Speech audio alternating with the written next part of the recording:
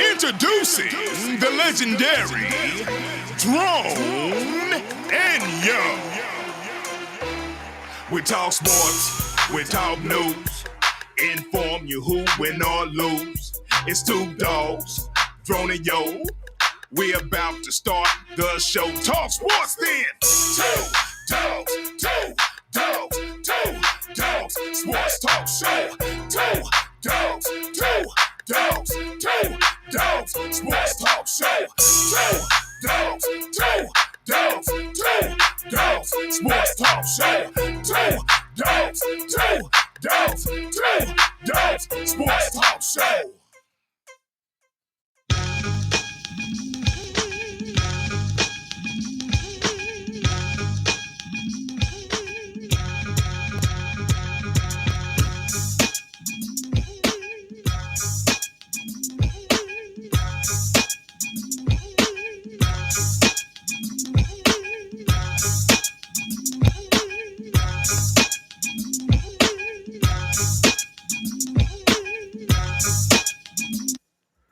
What's up? It's the Two Dog Sports Talk Show coming at you this Tuesday afternoon, August the 3rd.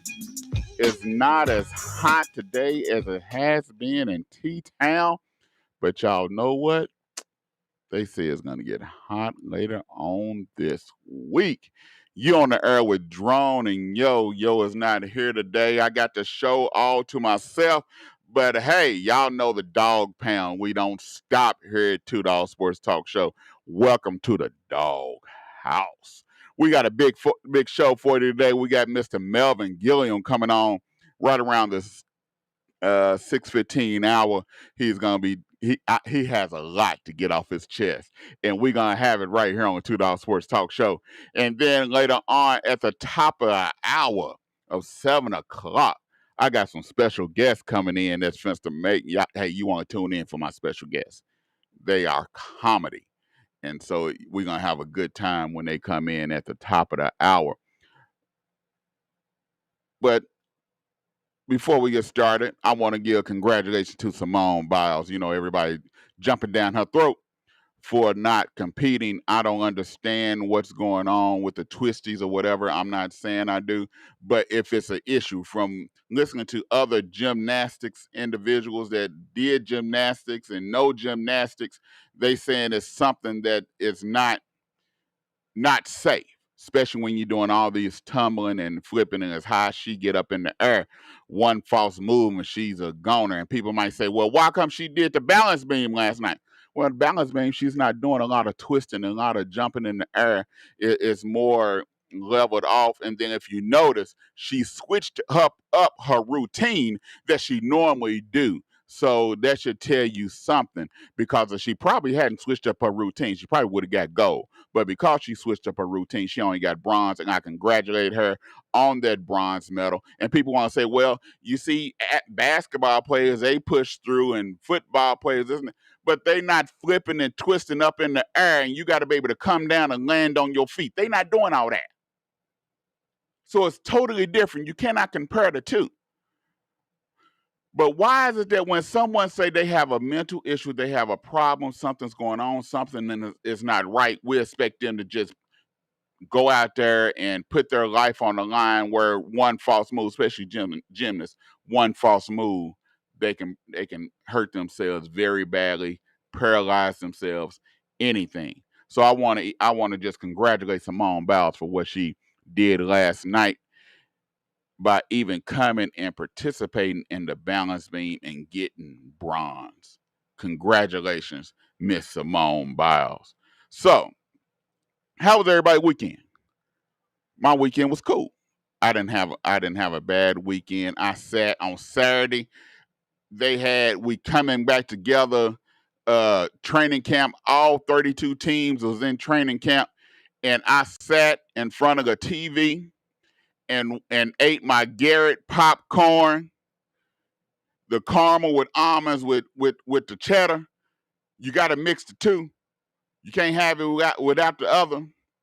And I sat there and I watched my crime shows, my animal shows, and I watched training camp, seeing what's going on, what's happening in the world of football. You know, it's an exciting time. I told y'all who do not like football, wives, girlfriends, men, yeah, we have men that don't care too much for sports or football. I hope you got all your honeydew list done, because this week, starting on Thursday night, we have the Hall of Fame game between the Pittsburgh Steelers and the Dallas Cowboys. And that's where people are going to be, even though it's just preseason. We've been longing for football, and it's the Dallas Cowboys and the Pittsburgh Steelers. Yeah, we know Dak is not going to play. We know these things is not supposed to go on. But I'm telling you now, get ready, because last week was the last week without NFL football. I'm excited. I know my wife, she know, she thought it was starting last week. Cause she said, I was leaving you alone because I thought football was on. I said, no, baby, it's not on. It's not on right now. It'll be on next week. It starts next week, baby. She said, okay. I was wondering what was going on. I'm like, she never did this. So it's something new, because hey, if they got rid of sports today, my wife she wouldn't bat an eye. She wouldn't miss a wink of sleep. So, hey, it is what it is, and it's time for sports. This week it's time for football. So we got a big show for you tonight. Like I said, we have Mr. Melvin Gilliam. He's going to be on the show. We're going to have some special guests coming up at the 7 o'clock hour. And we're gonna talk about Big 12. We're going to talk about the SEC. We're going to talk about NBA. We're going to talk about the NFL. So hold on to your seats. Put on your dog collar and get ready, because you in for a show today on the Two Dog Sports Talk Show. We'll be right back here on KBOB 89.9 FM.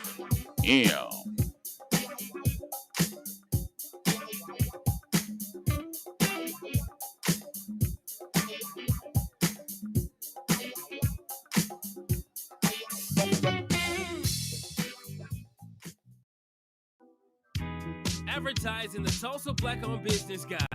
It's a monthly publication reaching all of Oklahoma and beyond, giving exclusive content about your business and many businesses that are connected to you. Full page and half pages are available. Purchase and artwork are due on the 25th of each month. Visit us online right now at www.tulsabobn.com for more details, or email us right now at tulsabobn@gmail.com for pricing.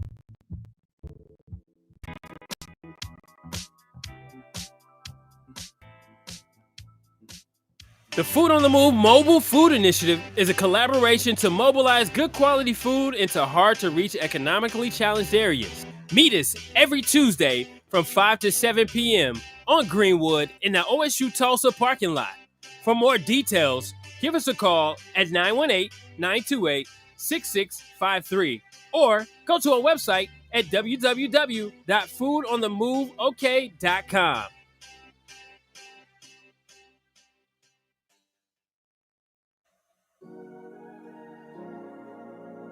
P&J Publishing Incorporated announces a new book release, The Entrepreneurial Woman. The World is Your Playground by Angela K. Chambers, MES. Available right now for pre-order at payhip.com/B/NB_A_C. The book release is set to hit June 1st, 2020. If you're ready to publish your book, visit us online at www.pnjpublishing.com. Unleash that book that's inside of you with P&J Publishing. Everybody's talking about you and her together.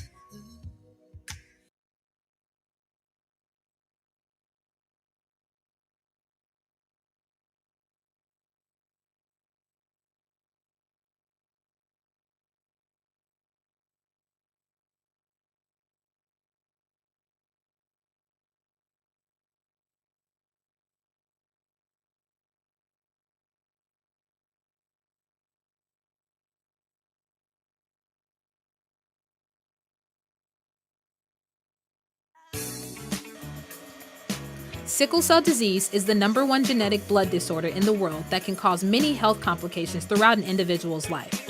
Over 1,700 people in Oklahoma live with the daily challenges of sickle cell disease. Thousands more carry the sickle cell trait. Support as a family with sickle cell disease. It's an exclusive, comprehensive organization that serves Oklahoma's sickle cell community. Our mission is to effect systematic change in the areas of patient care, education, advocacy, and awareness, and to improve the quality of life for sickle cell patients and their families. Supporters of Families offers programs such as mentoring, advocacy and family support, sickle cell camp, and much more. We have 2 offices, one in Tulsa, one in Oklahoma City. You also can find us on Facebook, Instagram, and Twitter. And then for more information, you can call 918-619-6174 or go to www.sicklecelloklahoma.org.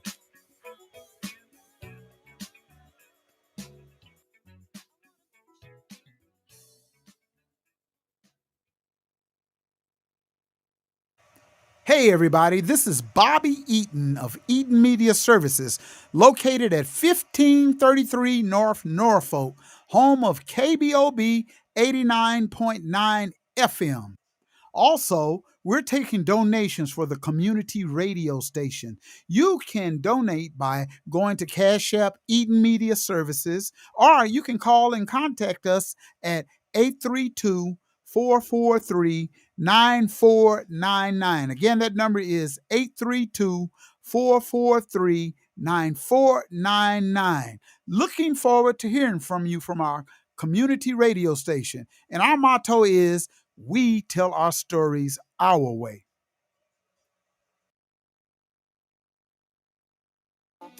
Hey Tulsa, Oklahoma. Welcome to Black Wall Street Tees and Souvenirs, where you can get the best Black-owned t-shirts, apparel, and souvenirs right here in the heart of Tulsa.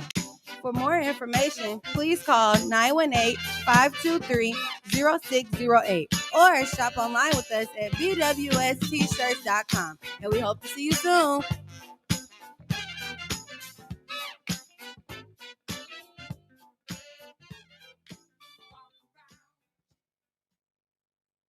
What's up, y'all?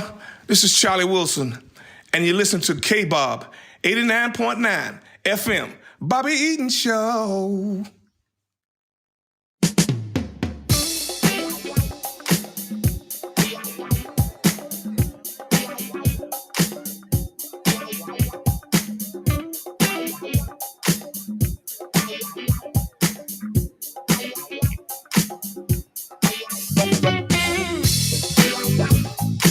Welcome back to the $2 Sports Talk Show here on KBOB 89.9 FM. You can stream us live at KBOB 89.9.com. You can also catch us on the Two Dog and the KBOB 89.9 FM Facebook page. And you can also catch us on YouTube. Go to the Two Dogs YouTube page and the KBOB 89.9 FM YouTube page. Make sure y'all tune in to the Juice Radio Show every Thursday. The Juice Radio Show every Thursday from 6 p.m. to 8 p.m. every Thursday here on KBOB 89.9 FM. This is a young people show that is out of this world. So if you want to know what's going on in the minds of young people, tune in to the Juice Radio Show every Thursday from 6 p.m. to 8 p.m. here on KBOB 89.9 FM. We have our special guest on the line, our first special guest, Mr. Melvin Gilliam on the line. How's it going, sir? Fantastic, man. How you doing? I'm doing real good. I wanted to get you on here. You've been on the $2 Sports Talk Show before, so we ain't got to cover none of the formalities. We can get right to it. Let's do that. All right. So everything that's going on, we're gonna wait on the big on OU and Texas going to the SEC. I want to talk to you about what do you feel today? You had the Big 12 commissioner and the Pac-12 commissioner. They're meeting. I believe they're gonna merge together, which I believe is a good thing for the Big 12, the remaining individuals in the Big 12. What is your opinion on the Big 12 merging with the Pac-12, or do you think they should bring in more teams to join the Big 12? Well, they're gonna have to do something because eventually it's just gonna be three conferences. They're gonna have an East, a West, and somebody in the middle. The SEC is already kind of got the middle down, so it's gonna be a West Coast conference, it's gonna be an East Coast conference, and it's gonna be the SEC, and that's what it's gonna be. And that's what I think because it can just be more money. The day at a Power Five is pretty much over. It's fixing to be gone, and it's going to be three major conferences. That's what I think. So, in your opinion, do you think it's a good move for the Big 12 to merge with the Pac-12? Do you think that's a good demographic for them to come together and merge? Well, not to me. I don't think it is because a lot of the games is going to be so early in the Pac-12. That's West Coast. So 11 o'clock game is going to be a 9 o'clock game for us. Right. So that's going to be different. And at the end of the day, it's all about money. So it's about, we got people watching games right now because we got 11 o'clock games, we got 7 o'clock games, we got 3:30 games. Now, when that games become 9 o'clock, are all the people still going to watch? So that's what I think they're going to have to get accustomed to. That's because they have to make they got to make these decisions they're making them based on money. That's what it is. It ain't about what's best for the conference. They could care less what's best for the conference. It's about that dough. So, I mean, yeah, I just think that's the bottom line. So you're looking at the games being early. But what about the games that are late? You have games that they'll be played late at night. Because I look at it now, I'm up at 10 at night, and here it is. You have a Pac-12 game just now starting. It might not be over till 1. So how do you think that will affect our players? But 9 times out of 10, that's in basketball. In football, most games are early. In basketball, they're playing all those other games. But you will see a New Mexico. You will see a Fresno State that comes on at it's still going to be 2 hours early than what we know. So if they play a 7 o'clock game, it's a 5 o'clock game for us. That's when we'll see it. So I think that'll be okay. But a lot of those games are going to be early. I bet you the majority of those games be early. Usually those late games is garbage teams in the Pac-12. Okay, so they're not the UCLA's and the USC's and the Washingtons. That's not who it is. They got prime time on Saturday for the Pac-12. So as an athlete, how does that time difference affect you? A lot of us out here, we see the games, but we don't understand how that time difference. I know what it feels like when I go to the East Coast and I have an hour difference, and then I know what it feels like when I go to the West Coast. I'm sleepy at 10 o'clock, and it's still daylight. Correct. So how does that affect you as an athlete? It does affect you. It's gonna make a difference until you get used to it. Then probably the first couple of years is going to be different because you're used to playing at 11, and it's going to be at 9. But to be honest, it never really affected me because we played Washington when I was in college at Oklahoma State. So we played Washington there. So we played in the time difference. And to me, I prepared. It didn't matter. I'm going on the field and I'm going to perform. And it is what it is, and that's what they're going to have to do. No excuses. You got to go out there and perform, man. And even when we did it in the NFL, you play in Philadelphia, I was an hour difference, but then we go play a West Coast team, and it's different. But usually, NFL games is usually prime time, so it wasn't no big deal. But this college thing is going to be a bit different. But I think they'll be okay. I think they'll be okay because, performing is performing. You got to play just like they got to play. So, in your opinion, do you think let's talk a little bit about OSU? You always had OSU and OU together. In your Right. opinion, since they are done split apart, do you think Mm-hmm. it's better for OSU to go to the Pac-12 or go to the Big Ten? Well, to be honest, I think they will probably have a better chance in the Pac-12. That's what I think. The Big Ten is a running conference. They like to run the ball. Wisconsin's offensive line is bigger than a lot of NFL lines, and they running that ball. Correct. The Big 12 is a passing conference. They throwing that sucker 45, 50 times a game. That's Pac-12 right there. I think their game will fit better in the Pac-12. That's what I think. Pac-12 ain't playing no whole bunch of defense. Big 12 ain't playing no whole bunch of defense. That's why I think it's gonna hurt OU in Texas. Texas been down the last 4-5 years, so they're gonna have to get it together. Because one thing about the SEC, the bottom feeders in the SEC can beat you on any given day. You mess around and run up against a Purdue. You mess around and run across a Vanderbilt, and you ain't ready. They gonna get you. One thing about the SEC, you got to play every week. In the Big 12, you could take a week off when you play a Kansas. You can take a week off when you play a Baylor.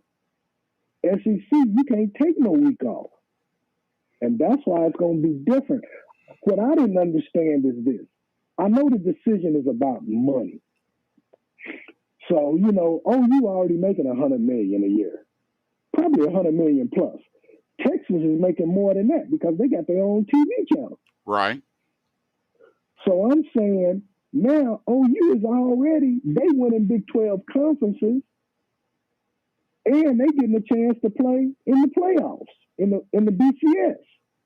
So why would you leave and go to the SEC where you're not going to be one of the top two teams? It's going to be Georgia. It's going to be Alabama. And you always got to watch out for Auburn. Well, this is what I was saying. I was saying that. So let's go ahead and jump into the OU Texas thing. Mm-hmm. What I was saying was I don't think it's a good move for Texas. OU is coming around, and that's not no homer talking. That's just talking straight up. Their defense is getting better. They're recruiting differently. They're getting more better players in. Tall corners with speed. They getting going 2 and 3 deep at the defensive line, which that's a former trait of OU. And so I think OU will be able to compete. I told him, it'll be nonsense to think that OU is supposed to do what they did in the Big 12 and win 6 straight Big 12 championships. That's not supposed to happen in the SEC. But I do believe that they can be up in the running, especially if the divisions break down the way they're shown for it to break down now, which is basically an old Big 8 against the SEC. And so if the divisions break down like that, I think OU will be at the top of the SEC, and with the playoffs expanding to 8 to 12 teams, because they're in the SEC, they'll get in, no doubt. They'll get in, but here's the thing. Here's what you got to understand about the SEC. Them cats is playing every week.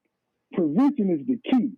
OU ain't never really had to deal with injuries because they got to take weeks off. Playing against a Kansas, playing against some garbage teams in the Big 12. They ain't gonna be able to take no weeks off, and injuries is gonna play a part.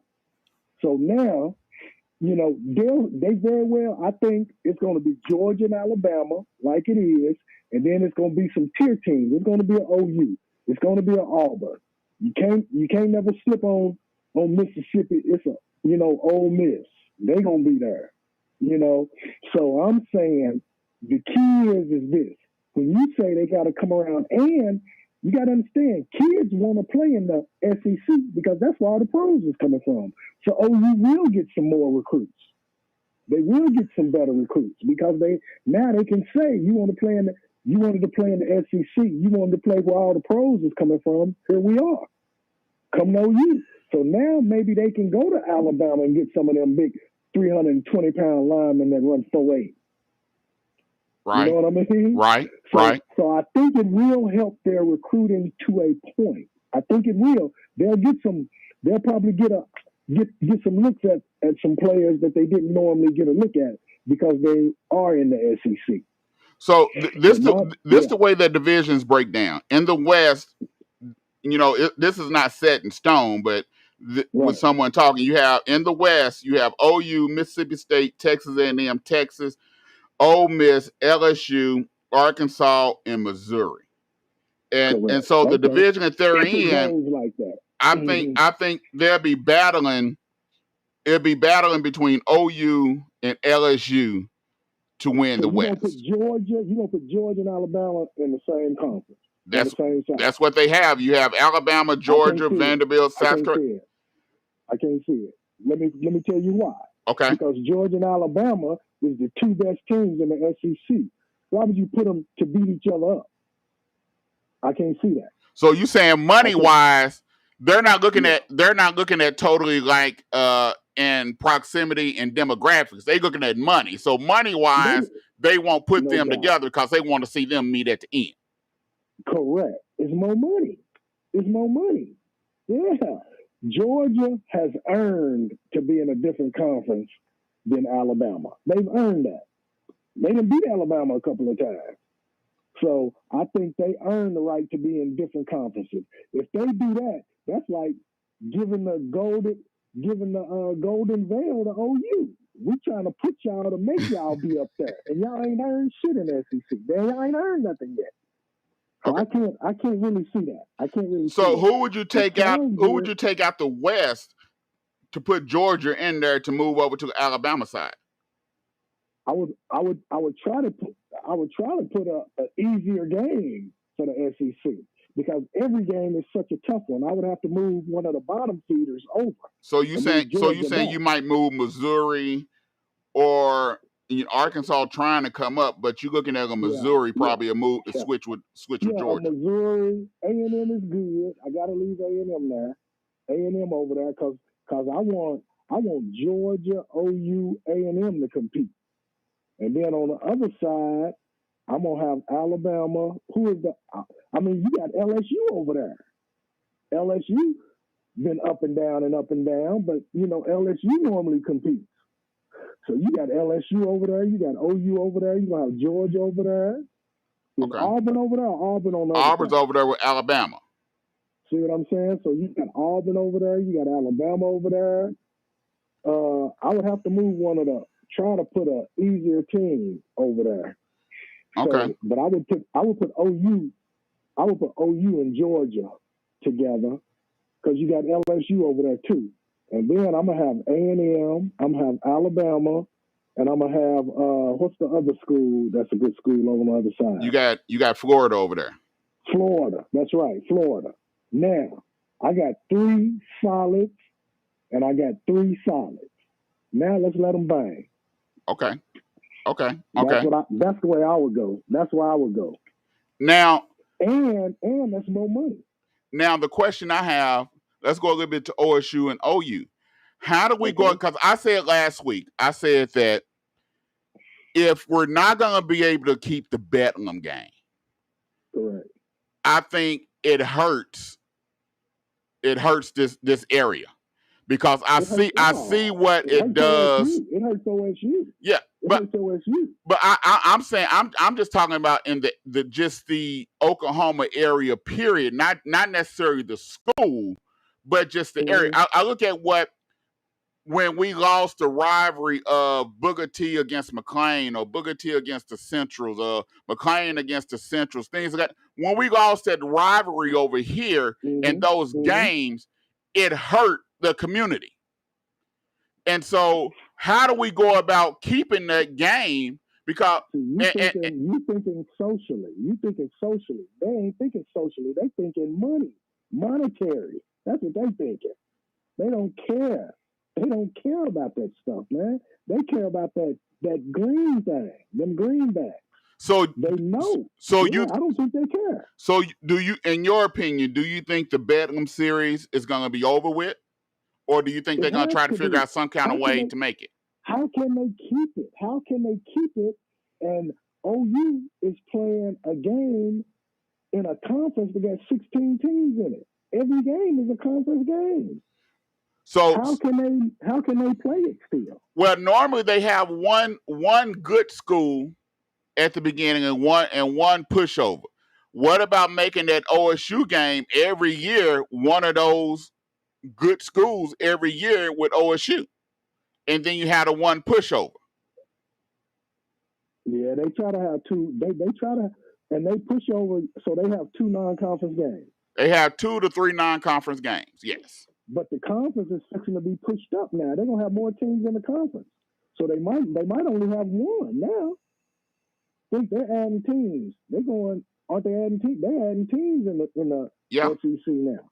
So you're gonna have 16 teams in the SEC. That's right, 16 teams, and you only got 11 games.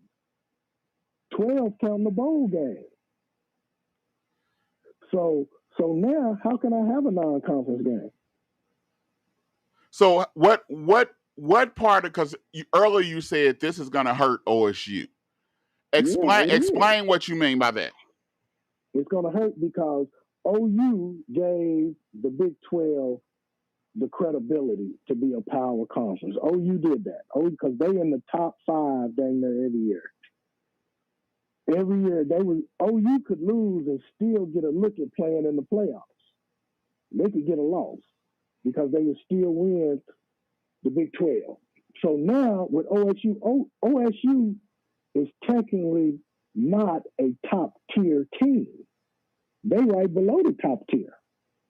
So if OSU is the best and it's not a top tier team, it's going to hurt. They can win a Big 12 conference and people are still going to question. Remember when OSU didn't get in the playoffs that year? What year was it? Was that 2011 when they ended up being ranked number 3 and they didn't get in the playoffs? You remember that? Yeah. They were ranked number 3 and didn't get in the playoffs because they didn't have the credibility. If that had been OU, it would have been no doubt they'd have been in the playoffs. True. That's all I'm saying. So now, without an OU there, where's their credibility in the Big 12? They're saying the Big 12 probably won't even be a power conference anymore because the 2 power teams with the biggest reputations are gone, OU and Texas. So do you think they say 2025. I don't think it's going to go that far. I think by 2022, no later than 23, OU and Texas is going to be in the SEC and the Big 12 is going to be merged with somebody. What do you think? No doubt about it. No doubt about it. You know, I'm down in Stillwater a lot. Stillwater has been entertaining. As soon as they heard OU was considering going to SEC, they started looking at somewhere to go. OSU did. They started looking just like OU did. As soon as OU in Texas, blam. So 2025, it's going to be way before that. I think the Big 12 is no longer. Some of them teams don't go have to join the Conference USA. You know, some are going to have to join the the Pac-12. But the Big 12 is basically a done deal, I think. I think so, too. I think they're going to merge with the Pac-12. To me, they're not just talking just to be talking. No. It's something in the works. Now, I don't know if they're going to take the whole Big 12, but they to merge some kind of way. Yeah, they're going to split them up. They're going to split them up somewhere. Some of the Big 12 teams ain't good enough to go to the Pac-12 or the Big 10. Some of them need to go to Conference USA to compete. I made that statement too. At least it's not just me saying that. No. Kansas can't do nothing with now one of them conferences. Can't do nothing with them. But it's going to help Kansas in basketball. I know we look at football because football is the big money revenue. Yeah. But Kansas going to the Pac-12 in basketball, it will help them tremendously. But football is the most money generator because there's more people. Kansas is making money because they go to the tournament pretty much every year. You know, when basketball can have 13,000, but football can have 80,000. We do the numbers. And Kansas can go to the see in basketball. You play so many games, it really don't matter what conference you play in. I can schedule my nine. They'll play 9-conference games, and Kansas will play North Carolina. They'll play Duke. They'll play all them people, so they'll get their credibility. Then they go to the conference and they kill it. It don't matter what conference they're in basketball because you play so many games. So do you think, in your opinion, would you have wanted to see OSU go to the SEC with OU or No. OSU ain't ready for that. Oh, I think it would have been it blew up in their face if they went to SEC. Okay. OSU You're one of the first ones that OSU people that I've heard say that. That no, we don't want that wouldn't have been a good move in the SEC. Yeah, I don't think we want that smoke quite yet. I do not think. We're having trouble with the Big 12. And there's really only 4 really good teams in the Big 12. Okay. And we was having trouble. Think about it. OSU was losing to a Missouri State. They was losing a non-conference game. We was having to fight. We was having to fight to beat the bottom feeders in the conference. In the Big 12. I mean, we was having football games. I was there, and I'm like, we should be blowing this team out. And we up 24-21 in the fourth quarter. So, do you think the big gripe from the president was because of losing? They're going to be losing money and things of that nature because OU left. Because you're saying they pretty much probably already knew anyhow what was supposed to happen. Oh, yeah, they did, man. No doubt about it. When OU and Texas, one thing for sure, when OU and Texas said we're thinking about it, they had already pretty much said it's a wrap for us. Because I know they said about 5 years ago, I remember the rumor was about OU and Texas going to that. And when it didn't happen, I was like, okay, eventually this is supposed to take place. Oh, yeah. Once they decided, let me tell you why OU said we can do it now. We can do it now because they're going to extend the playoffs to 8 to 12 teams. So now we know we can go to the SEC and make more money and still be in the top 12. Oh, you can do that. Okay. Texas can do that. So are you, in your opinion, if they hadn't extended the Big 12, mean the playoffs, you don't think OU would have moved right now? Oh no, they'd have stayed in the Big 12. No doubt about it. Because if they went to the SEC, for them being one of the top 4 would have been slim and none. It'd have been real difficult. Cause think they gonna take a Clemson ACC. Right. So Clemson, they're gonna take 2 out of the SEC. Georgia and Alabama is who it has always been. Whoever playing for the conference championship, them 2 usually make the playoffs. If those are the only games they lost, then they try to look at somebody from the Big 10 or Wisconsin. Or normally Ohio. If Ohio State is anywhere up there, Ohio State getting a nod. That's right. So now OU would have played themselves out if it was just 4. Because then you also have Notre Dame that's right there. That's an independent. And if they finish in the top, Notre Dame join the conference. They're going to make Notre Dame join the conference. You actually think they're going to be able to force Notre Dame's hand to join a conference? Let me tell you why. If you recall, what they did was if you didn't play in a conference championship, you didn't even get considered. Remember that? That happened to OSU, remember? Right. They're going to bring that back up. If y'all don't get in a conference, we ain't even going to consider y'all for a playoff. But if they extend it to 12, they'll get in. Okay. I think they'll get in if they go undefeated or lose 1 game. Okay, so you saying that trial run of them being in the ACC that 1 year, that basically was basically seeing where they might fit and what they can do for future things that's going on. No doubt about it. If we got to join a conference, we know where we want to go. Okay. If they try to leverage us and make us show our hand and say you got to go to a conference, we know where we want to go. We go straight to the ACC because we done it already. Okay. Okay. Okay. So what do you think it's gonna be like for OSU? After once all the dust done settled and Hmm. everything, what do you think it's gonna be like for OSU? Is it gonna I know it's gonna hurt some recruit, but that right now OSU getting some boys, some players that Oh yeah. Oh, they getting players now. They getting some players because the reason being OSU is performing for the first time in some years. OSU is having a defense. That's been their Achilles heel. We can always score points, but can we stop anyone? That was the problem. Now they're starting to get some defensive linemen that can rush the quarterback. We've always had DBs. We've always had decent DBs. Our DBs is going to the pros every year. That's nothing new. I can look on different teams right now and see OSU DBs in the league. okay. So that's nothing new. But our front seven is where we had problems. We needed to get some of them big defensive linemen that was 6'7", 320, 330 that could run and rush that quarterback. We needed some of them guys that could stuff the run. A big one technique that was about 330. 6'5", 330. Benching 450. We wasn't getting none of them guys. Now we're getting some every once in a while. See, that's the difference between OSU and OU to me. OSU would have one or two when OU would have 6 or 7.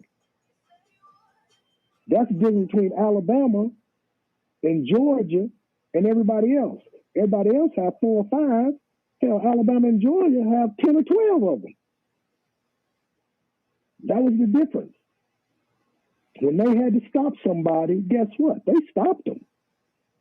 Because regardless of what anybody say, offense sell tickets, defense win championships.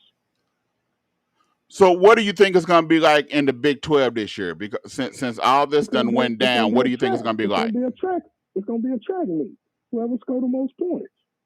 If anybody can play defense, they got a leg up on winning the Big 12. Whoever can get off the field on third down the most consistently is going to win the Big 12. So do you think this is going to prepare OU? Because I believe now that everybody know that OU is leaving, that they fence to get the best of all teams, even Kansas. So do you think this is going to prepare them in any shape, form, or fashion? Yeah. Because they're going to have to play every week? OU always get the best out of everybody. Everybody know if you don't play OU hard, they're going to blow you out the water. I think about when I played my best games against OU and Nebraska. Every year. From my freshman year to my senior year. I played my best games against OU and Nebraska because those were the 2 top teams in the country. I remember playing OU when we were ranked number 4 and they was ranked number 5. Okay. I mean, so, you play players.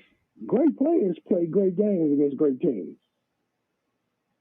And so is it going to prepare Oklahoma State and OU? No doubt. OU always get everybody's best.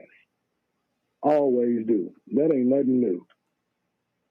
So the assumption that the play like a Kansas don't really come ready to play, that's just poppycock. Yeah, Kansas didn't have the talent, man. Kansas just didn't have the talent to compete with the top tier teams in the Big 12. They just did not. So who you got winning the Big 12 this year? I would still have to say, I still got to say probably out of OSU, OU got to be the front runners. That's what I think. OU got to be the front runner and winning, the Big 12. Bedlam, records mean nothing in Bedlam. Nothing. Right. One team could be 10-0, one team could be 0-10, and it's going to be a football game. So that really doesn't matter.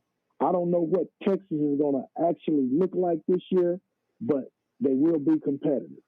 They will be competitive. That's what I think. To me, I think if the Big 12 is going to survive, they got to go get some teams like U of H. U of H is not bad. Okay. They got to get U of H to come be in the Big 12. because U of H will give you the business. You don't watch yourself. So you basically saying, oh, the Big 12, they need to go pick the top tier teams in other conferences. They got to. Not the bottom feeders, because what they got to offer is we are a Big 5 conference. And for us to continue to be a Big 5 conference, I got to go get the top teams out of these other conferences to come. That's what they got to do. They got to go get teams like U of H. Okay. That's going to be able to compete. If not, it's a wrap. It's a wrap for the Big 12. So what other schools do they losing 2, but they had what, 10 total of 10 already, so they needed 2 more to really be a Big 12. Let me tell you what I would do. I would go and I would try to get U of H and I would try to get Arkansas. That's what I would do. So you saying pick Arkansas from the SEC and bring them to the Big 12? Exactly. Because it'll fit. But would Arkansas really do something like that? Because they'll be losing money. Not if they're going to be a top team playing for conference championships. Would they lose money? They'll probably get more games on TV. Okay. Because the key is, think about this. In the 80s, you got the average, which is the mean. You always made the average. The average TV game in the 80s made $3 million a game. That was an average. Think what they're making now, 30 years later. Okay. It went from 3 to about 30. Okay. So now think if Arkansas just plays 3 more games on TV than what they do in the SEC right now. 3 more games. That's easily, let's say they're making $20 million. That's $60 more million. Okay. So you saying you got University of Houston, you got Arkansas. Mm-hmm. Who will be the other 2 that you'll bring in there? That's what I'm saying. I ain't even thought that far, but I would think, here's what I would think. I would go get one of the lower tier teams out of the ACC that can come and compete, like a North Carolina. Okay. I would try to get a North Carolina to come to the Big 12 because they would have a chance to compete because North Carolina is pretty dang good. You got a U of H, you got an Arkansas. I would try to find one more team. You think about somebody that's logistically not too far where they can save money on travel because they're not that far. And it got to be somebody like that because it got to make sense monetarily to get them in that conference. What about pulling a Missouri over there? Would Missouri come back? That's a good question. Because Texas is not there now. One of the reasons why a lot of the schools left was because of Texas. And so Texas is not over there, so why not? I mean, that's not a bad idea. That's not a bad idea to try to bring them back. You know, A&M is one of the top tier teams in the SEC. They compete. So you can't get an A&M back. If you're going to get anybody back, it's going to be a Missouri. It's going to be a Missouri if you're trying to get another SEC team that's logistically right. Who else is over there with Houston, though? Is it anybody else over there that's competing? You got SMU that's starting to compete. Yeah, but they don't fit over there. Someone said Tulsa, but Tulsa don't fit. They don't have enough. Yeah. They don't bring enough in crowd wise and money wise, so that wouldn't work. They can't recruit the kids because it's a private school. Too. Right. So that's not going to work. In the Conference USA, I can't say that. What about a Marshall? What about something like that? What about a Marshall? A Marshall competes every year in their little conference. They going undefeated and pissed off because they can't get in the playoffs, and they'll go undefeated and can't get in. Maybe they need to try and get in the power conference. So you saying what you're saying is you're going to have teams that are clamoring to be in a power conference because now they get the opportunity to compete. What about a Boise State? Very possible. Very possible. Boise State, even though they're on the West Coast, it'd probably benefit them to get in the Pac-12 because they're a West Coast team. Okay. So So think about this. Colorado went to the West Coast and they're a Big 12 original team. so do And you they not. so do you think they'll be willing to come? See, but if the Pac-12 and the Big 12 merge, basically you finna to have another Big 8 versus Pac-12 because they probably moved Colorado down towards this area where they used to be. Because they've been there already. Yep. Okay. Yep. Very possible. Very possible.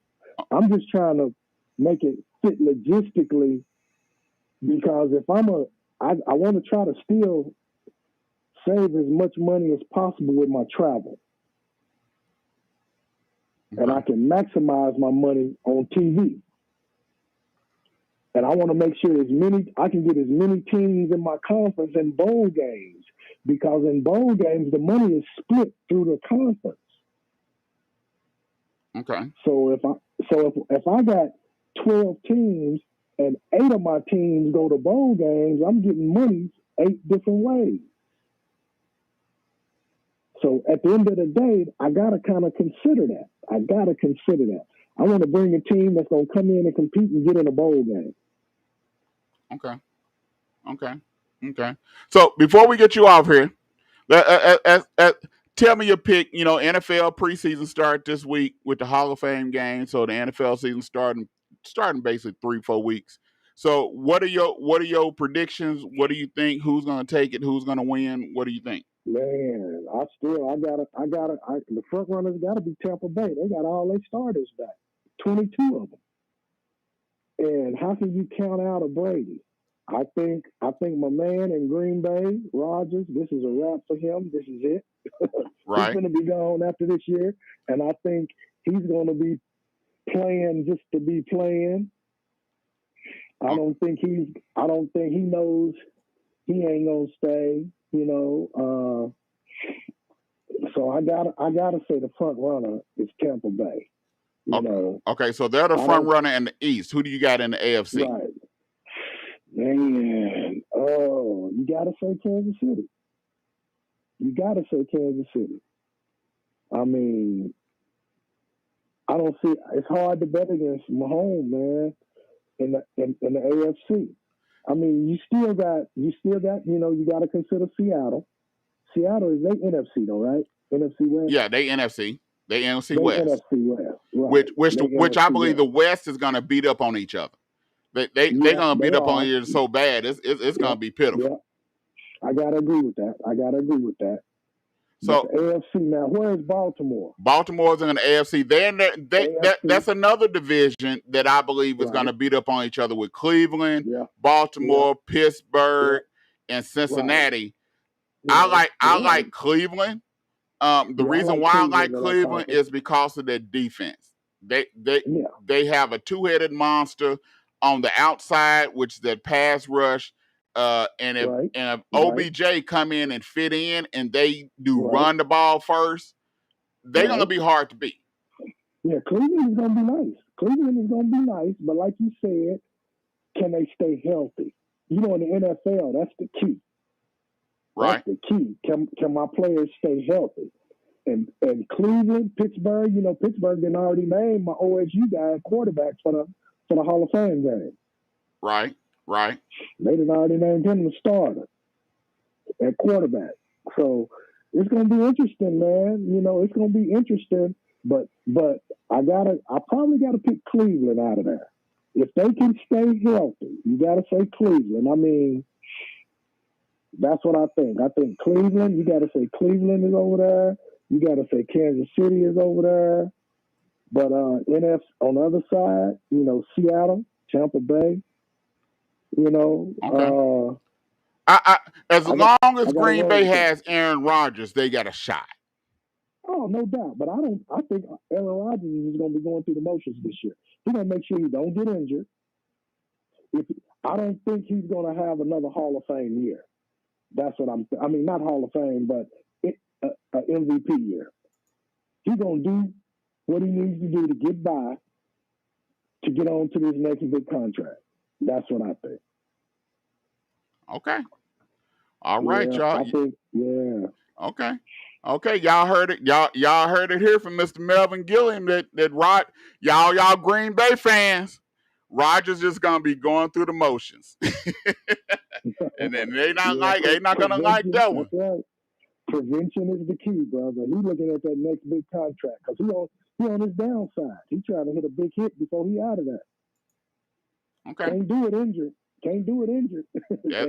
That's true. So you already know, before we get out of here, we need some encouraging words for the people before we get up out of here.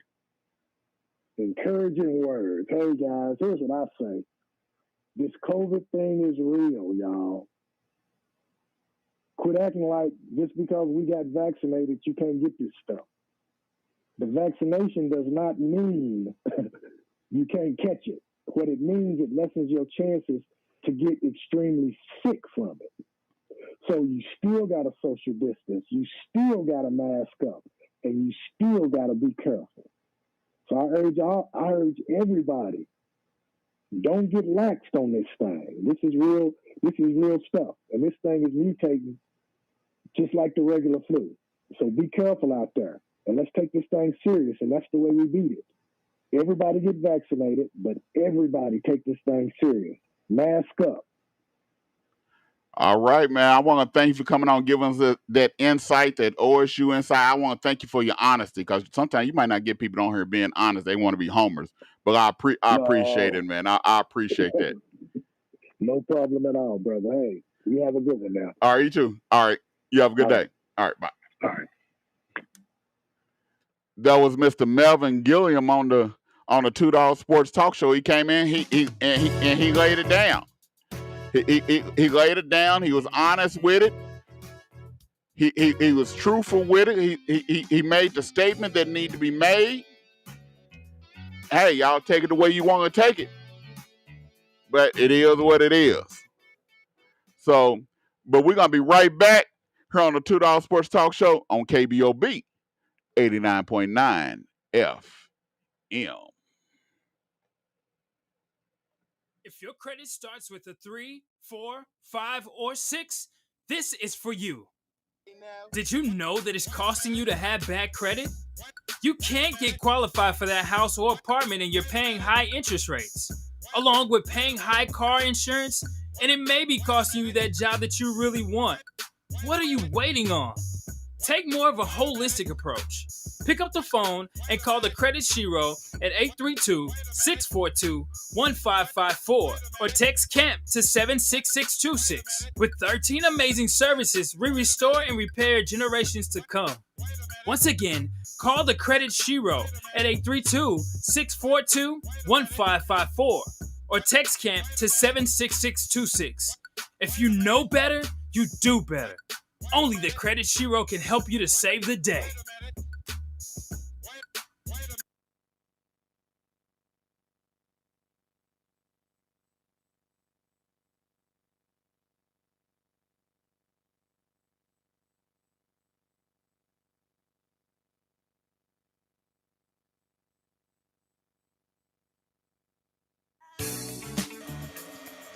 Sickle cell disease is the #1 genetic blood disorder in the world that can cause many health complications throughout an individual's life.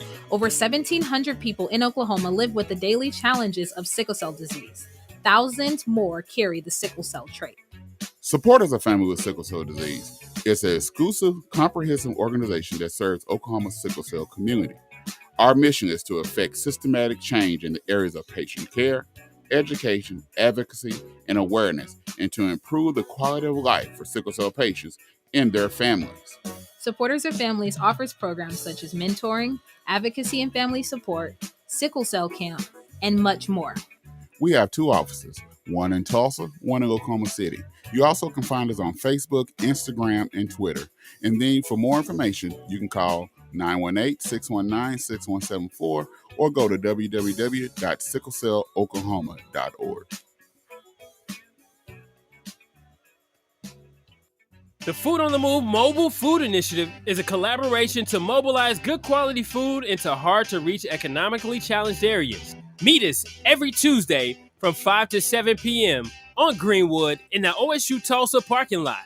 For more details, give us a call at 918-928-6653 or go to our website at www.foodonthemoveok.com.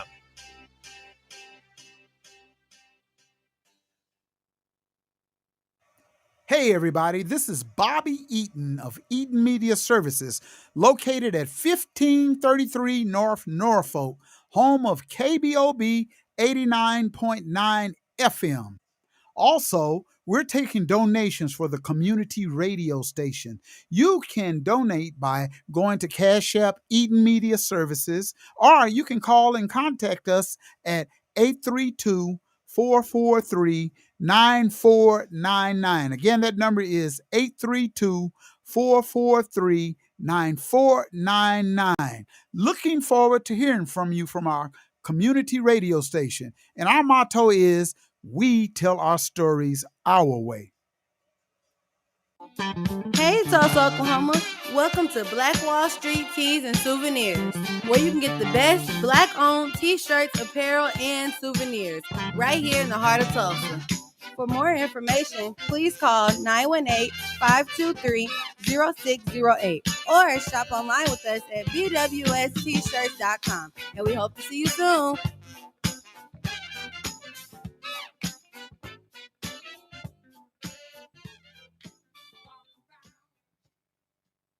The 36th Street North Event Center is a full-scale event center where we share the experiences of the community. At the event center, you can rent space for weddings, birthday parties, receptions, concerts, Greek events, quinceañeras, and much more. We also do custom decor, linen, and centerpieces. We're located at 1125 East 36th Street North. To book your next special event, business gathering, or community event, call us at 918-200-9046. Searching for ways to grow your business? Or perhaps you would like to invest in Tulsa's African American community? The Black Wall Street Chamber of Commerce is a great place to start. The Chamber was created to serve and increase the visibility of needs in our community. It is an umbrella organization for local businesses, the Tulsa Juneteenth Festival, BWS Black Women in Business, and the Grassroots Economic Development Fund known as BWS The Power Group. For more information about the Black Wall Street Chamber of Commerce or to donate to the Power Group, visit bwschamber.com. How to order chicken wings. Number 1, find a good wing spot. I know a wing spot, Max Wings. Number 2, decide if you want a combo or if you want to order a la carte. Huh? What's that? Well, combos come with chicken, veggie sticks, fries, and a drink for a discounted price. A la carte means that you order each item separately. Ah, okay. 3, decide if you want bone-in, boneless, or cauliflower wings, and then determine the delicious flavor you want on your wings. I didn't even know cauliflower had wings. You learn something new every day. Have you been to Max Wings? Yep. Max Wings is located at 782 East Pine Street in Tulsa. We're open Monday through Thursday from 11 a.m. to 8 p.m. and on Friday and Saturday from 11 a.m. to 10 p.m. Come to Max Wings, home of the dry rub fries.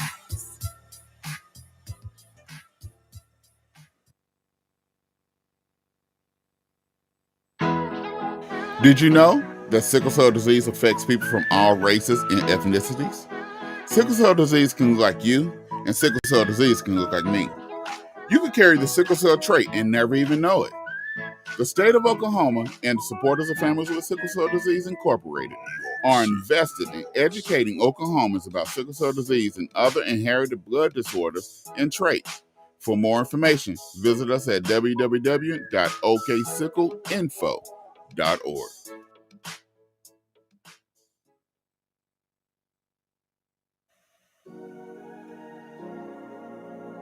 P&J Publishing Incorporated announces a new book release, The Entrepreneurial Woman. The World is Your Playground by Angela K. Chambers, MES. Available right now for pre-order at payhip.com/B/NB C. The book release is set to hit June 1st, 2020. If you're ready to publish your book, visit us online at www.pnjpublishing.com. Unleash that book that's inside of you with PNJ Publishing. Everybody's talking about you and her together. Hi, I'm Denise Parker with Midtown Embroidery. We do it all from any type of promotionals, from screen printing, embroidery, school uniforms, Greek lettering, workwear, monogramming. There's no job too big or too small and no location too far. Let us be your one-stop shop. We're located at 2808 East 15th Street, Tulsa, Oklahoma, 74104. Our phone number is 918-982-3254. Our email address is denise.tulsamidtown@gmail.com. Thank you.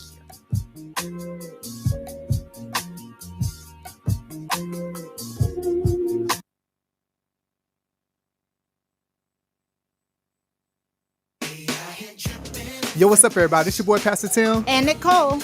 And we want to encourage you guys to tune in Into to the the His and Her show, Living the Dream Show.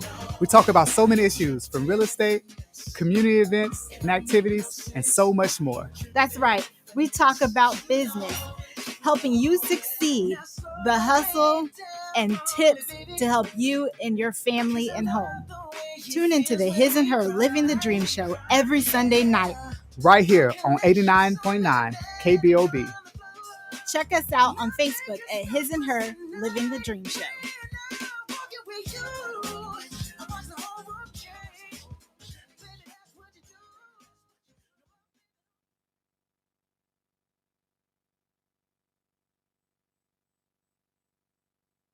What's up, y'all? This is Charlie Wilson, and you listen to KBOB 89.9 FM, Bobby Eaton Show. And now, introducing the legendary Drone and Young. We talk sports, we talk news, inform you who win or lose. It's two dogs, Drone and Yo. We about to start the show. Talk sports then. Two dogs, sports talk show. Two dogs, sports talk show. Two dogs, sports talk show.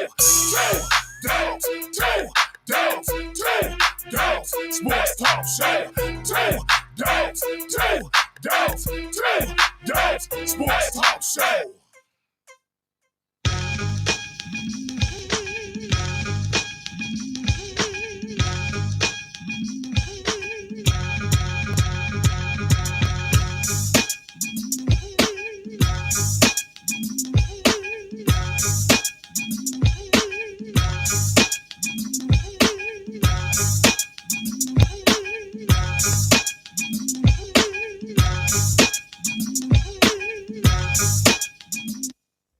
Welcome back to the Two Dog Sports Talk Show here on KBOB 89.9 FM. We first to come back. We just got Mr. Melvin Gilliam off the line not too long ago, and now we first to bring in the fellas, and we got Yo just called in, and so we bringing in the fellas right about now on the Two Dog Sports Talk Show. I'm first to introduce y'all. These are my in the room sports talk fellas.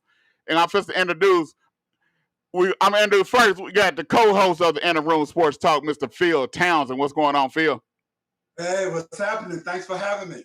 All right, then we have the original host, the head monster that we call him, Mr. Vance Bradford. What's going on, sir? What's up? Two dogs. What's up, Jeremiah? And we y'all know Yo on the line. He came in as he's coming in right about now, and then later on we first have Mr. Mark Howard. He's gonna be coming on in a little bit. But we first to get ready to talk some more sports. Y'all know how we do here on the Two Dog Sports Talk Show. What's going on, everybody? I want to thank everybody for listening. Mr. Wes Henderson, thank you for listening. Wes, I couldn't answer you early, but you know Good World Tulsa is not going to the Big 12. They don't have enough people. They don't carry enough people. And they're not strong enough. They will not be going to the Big 12. All right, so let's jump in here. As we know, we had NBA free agency, and we have some LA Laker fans in here. We're gonna talk about the Lakers a little bit. I'm gonna have to try to keep some order because when they talk about the LA Lakers, these fellas get a little bit wild. So I'm gonna have to keep some order. But the Westbrook trade going to LA, what do you think about it, yo?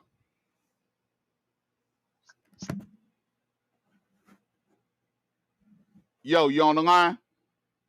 Yeah, I'm in, man. All right. So what do you think about that Westbrook trade? The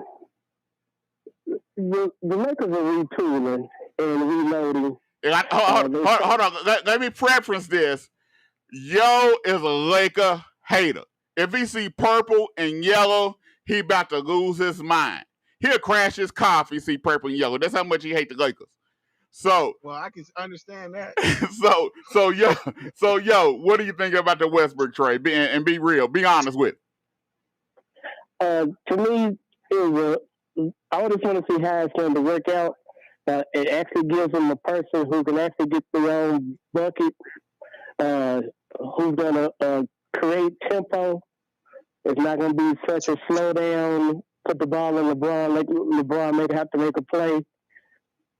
But they also added Carmelo Anthony to a year deal that he signed today.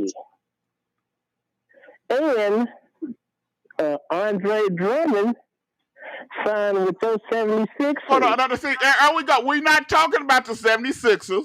We're talking about the LA Lakers. Let's stay on topic. We go through this every time, yo. Let's stay on topic. We're talking about the LA Lakers. We ain't talking about Drummond. Drummond not a Laker no more. We're talking about the LA Lakers. So I like it. It puts them in the mix. The West is still going to be very hard. LeBron knew they needed another superstar. They saw Drummond wasn't the answer, so they're going to get probably Mr. Triple Double himself to help with the offense, help with tempo, and give them who brings some tenacity and effort. Because who else plays with more effort than Russell Westbrook? Even though I hate to see him in purple and gold. Okay. All right. So we finna go to Vance, Mr. Vance Bradford. What do you think about the Westbrook trade to the LA Lakers? Well, hey. Well, first of all, let me correct. Let me protect y'all. Let me let y'all know too. Vance is a LeBron James hater, and so he hates the Lakers. So that's not right. That's where it's gonna go. That's not right, two dogs. I'm just saying, LeBron is cool, but first of all, let me tell yo something. It's not it's not purple and yellow, purple and gold. Purple and gold, okay? So you can hate purple and yellow, that's fine. But purple and gold, that's another thing coming. So next, Westbrook to the Lakers. I mean, it just seems like, and I'm gonna continue this later this evening, but seems like LeBron is trying to upgrade Nim. Because I heard it was LeBron and Nim. So it just seemed like he's trying to upgrade Nim. And we're going to see what's happening. That's all I got to say right now on the Two Dogs Sports Talk. All right, Thank you for having me, dog. All right, so we got Mr. Mark Howard just came in. I'm saving Mr. Phil Townsend for last because if anybody that tuned in the room sports talk show every Tuesday night at 9:30 on TAN TV on Facebook, y'all will understand Phil is a philosopher. We call Phil the Black Skip Bayless. But so we're going to go to Mark first. Mark, what do you think about the Westbrook trade to the LA Lakers? Well, I'm glad to have the trouble relieved off of our hands because I'm a Wizards fan. And Westbrook did good for us this year. I'm not going to be mad. And I think he's a good guy. Mute yourself, Vance. Westbrook's a good guy. I don't have a problem with him in the sense that I get all that where his intensity and everything like that. Just that there are certain limitations to his game, and you're not going to go but so far. Now, what he'll do with with Bron and accepting a different role when it comes down, especially down to crunch time, when it comes down to the decision making and things that need to be done. Oh yeah, he needs to relinquish. And I think LeBron is much more able to say, hey, look, it's my world, other than my homie Kevin Durant wasn't able to do. And he just tucked and ran because he couldn't reel Westbrook in. I guarantee you, down the crunch line, Jeremiah, if it's a crunch time in the game and you go 4 trips, I bet you LeBron will touch the ball. Okay. Tell you that much. All right. So Mr. Phil Townsend, what say y'all? Well, I don't know if it was just me having trouble hearing what Yo was saying, because it was so low. I thought he was in witness protection since I knew he was going to spew some hate against my Lakers.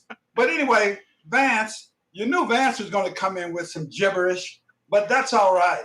I can tell you right now, that Westbrook trade is going to be a dynamic trade for the Lakers. Mark touched on it. The intensity, the infusion of that energy that's always going to be there. I think that was a little bit of something that was missing a little bit with the Lakers. But what I'm really liking, Hater Vance, in talking about LeBron trying to upgrade the NIMS, why wouldn't he? You think he should try downgrading them? Stop it.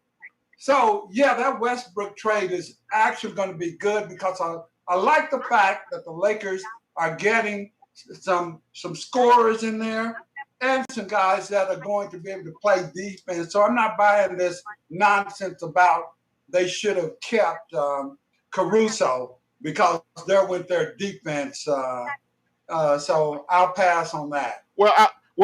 I like Caruso. I thought did too. Caruso did a lot of the dirty work.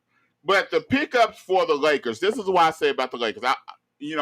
My theory on the Westbrook trade was, I want to see how it worked. I want to see how it flow. I want to see what type of adjustments do Westbrook make without taking away from who he is. And will he make shoot those shots that he normally take, or will he take less three-point shots and be more of a facilitator? And that's what I want to. What say you, Phil? I say that again. I got to give Mark some more credit.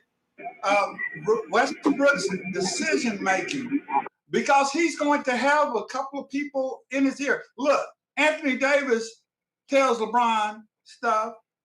LeBron tells Anthony Davis stuff. So you can bet both of them will tell Westbrook stuff. Westbrook is going to be making what we're going to see is better decisions, because he's going to have people who know how to make those correct decisions, helping him do that. And I can tell you right now, I think it's going to work out well, not only because they can play it with LeBron at the 4 and AD at the 5 and get a couple of more shooters out there at times, but what I like most about this team that the Lakers have assembled is an older team. Mind you, the toughness is going to be able to get to 50-plus wins through an 82-game season. But let them get to 50-plus games, be a top seed. They are built for the playoffs, no doubt. I don't see anybody touching them in the playoffs. Okay, so I'm gonna ask you, Yo. What do you think, Yo? Do you think Westbrook gonna shift his decision making? Is LeBron gonna help him with his decision making, or is he gonna be the same Westbrook that he was at all the other 3 stops? I think we're going to see a different Russell Westbrook. Because to me, the Lakers are the team that have the most pressure to win a ring. Because this is Westbrook's probably best shot at getting a ring. So I also will see a different Russell Westbrook. I see if he's going to get the same energy the same tenacity, but I think he's going to be more facilitator, and he will go to the ball with the basket a lot more. He's not going to shoot his main jumpers because he's not going to have to do that. They're not going to ask him to do that. But he's going to put up 20 to 27, 10 rebounds, 10 assists a game. LeBron will probably be around 22, 23 with 14, 15 dimes.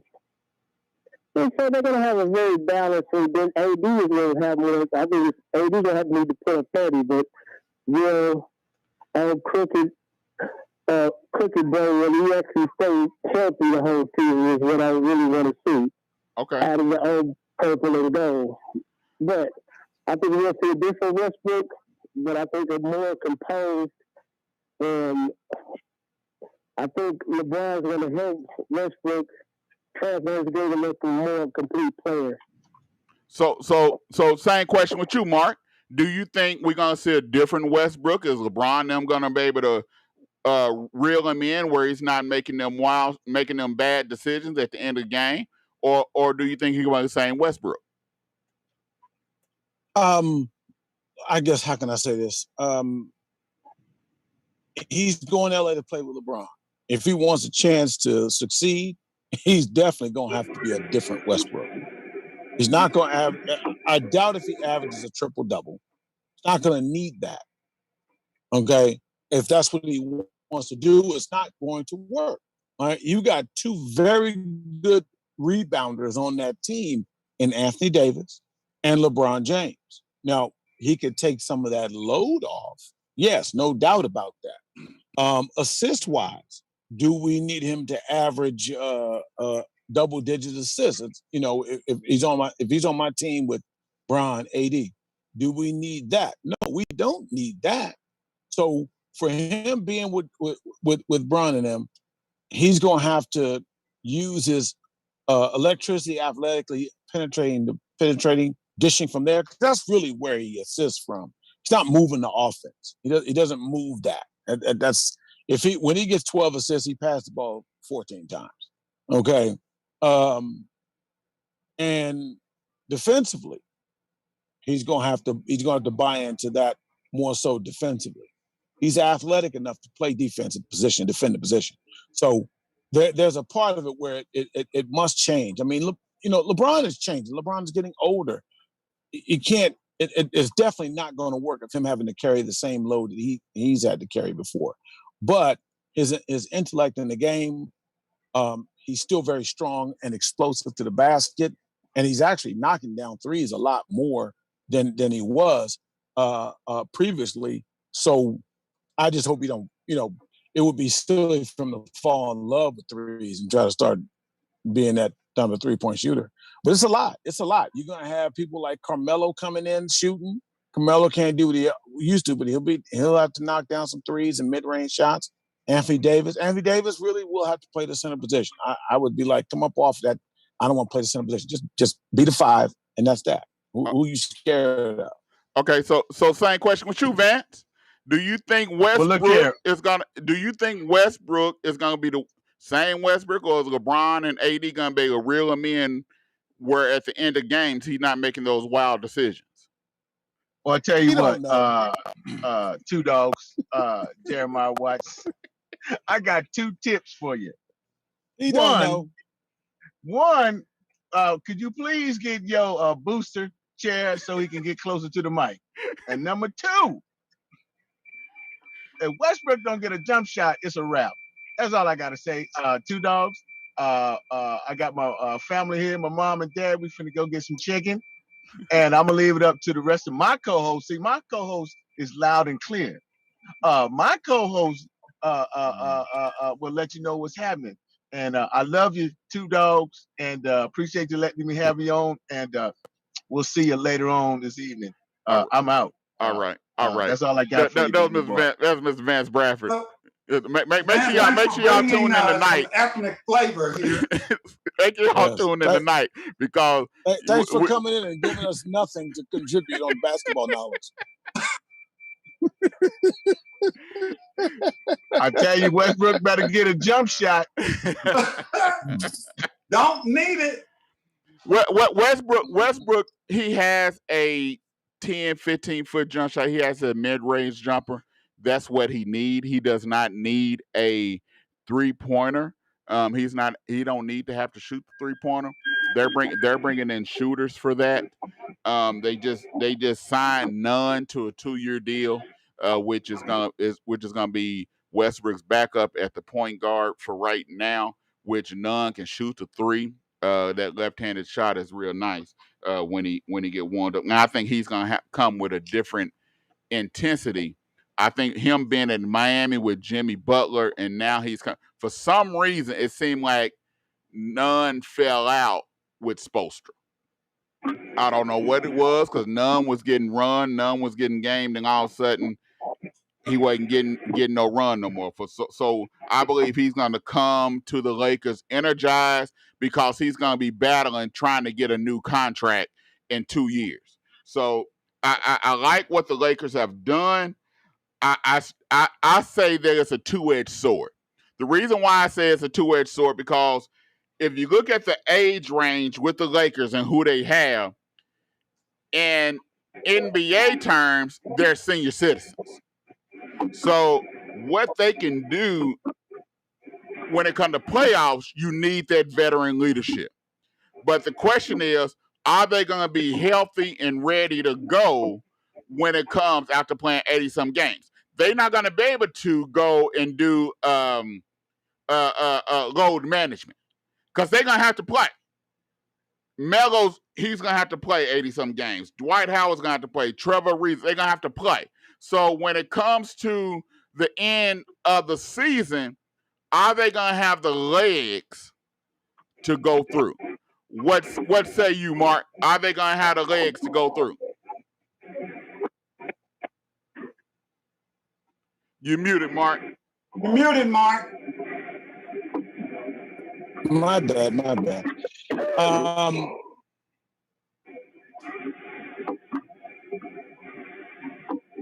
I want to answer, but Jeremy, I got to ask you this question before I forget because you said something towards what you're talking about, and it goes to my answer.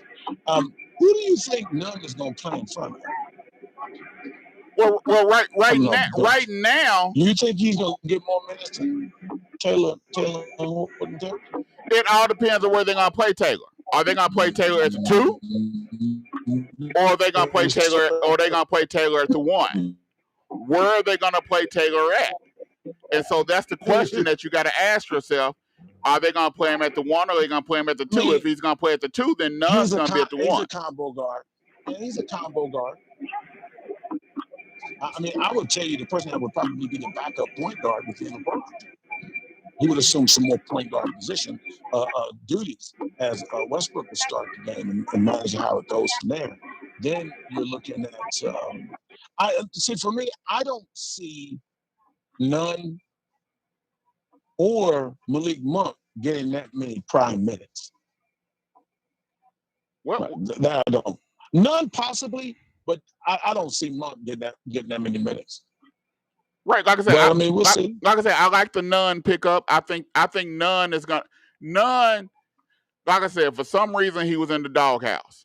What do you think about Nunn and what the Lakers have? Are they too old? What do you think they're gonna do?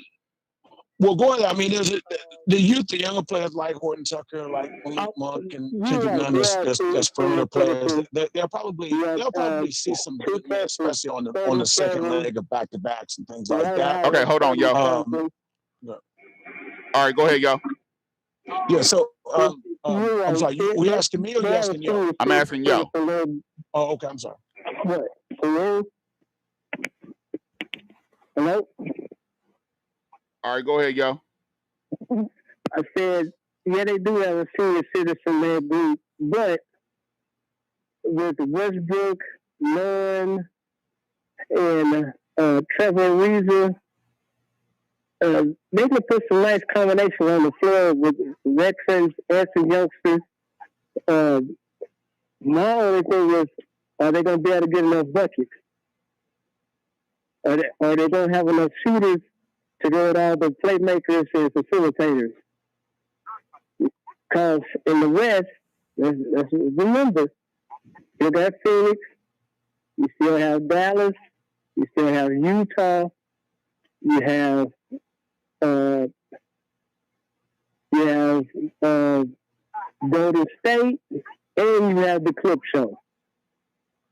You know what? Will they have? You hold on, time out. You keep throwing this Clip Show in there.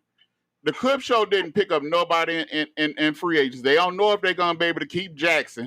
Kawhi's out for they don't know. He's supposed to come back after the All-Star break, but they don't know. And you keep throwing this Clip Show in there every year. Haven't you learned your lesson about the Clip Show? No. Well, you gotta learn it this year. I'm gonna let you stay with this Clip Show. You gotta learn it this year because King Kawhi is turning into Prince Kawhi. That was Kawhi didn't even sign his contract. I don't know what Kawhi. He didn't sign. He wants more money, I guess. I guess he's like more money, no problems. I guess he's a Biggie Smalls. But King Kawhi don't do what King Kawhi do. I can't really. I think he's not really dependable. But that's a whole other subject. So it's 6 to 7 teams in the West that they're gonna have to compete with. Are they gonna have the horses enough to go through the regular season and get enough to be a 4 seed or higher in the playoffs? That's the question. Okay, so what you say, Phil? The age is what effect is this age gonna do for the Lakers? Well, I touched on it before about the age. Right now the Lakers are probably averaging about 32 years old on average for the team right now. And, you look at the minutes. The thing about this veteran team and the people that they have and that they brought in are really some good, skilled guys. But the one thing that they all have is they have veteran savvy, the ones that they brought in. They know the times when to get the rest period on the court, when to catch their breath. They're going to be fine because none of them are going to play extensive minutes. When you look at it, LeBron James, he averaged about the 33rd. He was about number 33 in the league in minutes last year, and he averaged around 33 minutes a game. Now, it's funny because Julius Randle did the most in the league, and he was like at 36 plus. So really, from all that distance, it was only a few minutes that separated from 1 to 33. And so I think you're going to see LeBron's minutes. If they put LeBron's minutes at 30, 32, topping out like that, and AD's not going to play any more than that. And so I think that the Lakers are going to be smart with the minutes. And look, LeBron knows he's getting older. This whole thing of I want to play all 82 games. No, he's going to be smarter about it because he knows that window is closing because the teams are getting tougher. So this will be a good testament for the Lakers. But Jeremiah, I got to say, I'm with you. I think that Nunn is going to get some run because not only can he play some defense, but he can stroke that ball. Yeah. So it's going to be interesting just seeing what's what. Again, like with Mark, I think Malik Monk right now, how long do they have to wait before they can trade him? 90 days? Yeah. Yeah. So I don't see, that. I think that's practice squad right there. So, we'll see. He's a shooting guard, 6'3" shooting guard, really doesn't have a handle. You get into Taylor Horton Tucker. If he worked on his handles over the season, because his best game is on ball and being able to take it to the hoop or get his shot, but he needed to work on that handle. So we'll see. But I like where the Lakers are, and I like the people that they signed the two-way contracts. I see that mix of age and youth and the sprinkling that'll get to happen. So I envision the Lakers doing extremely well this year and bringing home that championship. Okay. Like I said, this team right here is built for the playoffs. All right. We're gonna take a quick break here on $2 Sports Talk Show. We'll be right back on KBOB 89.9 FM.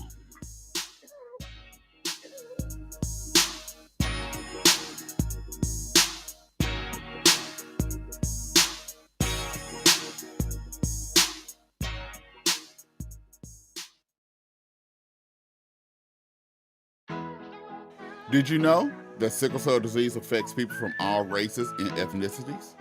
Sickle cell disease can look like you, and sickle cell disease can look like me. You could carry the sickle cell trait and never even know it. The state of Oklahoma and the supporters of Families with Sickle Cell Disease Incorporated are invested in educating Oklahomans about sickle cell disease and other inherited blood disorders and traits.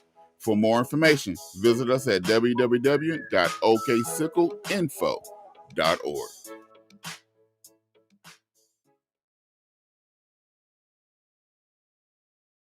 The Food on the Move Mobile Food Initiative is a collaboration to mobilize good quality food into hard-to-reach economically challenged areas. Meet us every Tuesday from 5 to 7 p.m. on Greenwood in the OSU Tulsa parking lot. For more details, give us a call at 918-928-6653 or go to our website at www.foodonthemoveok.com. Hey, Tulsa, Oklahoma. Welcome to Black Wall Street Tees and Souvenirs, where you can get the best Black-owned t-shirts, apparel, and souvenirs right here in the heart of Tulsa. For more information, please call 918-523-0608 or shop online with us at bwstshirts.com. And we hope to see you soon.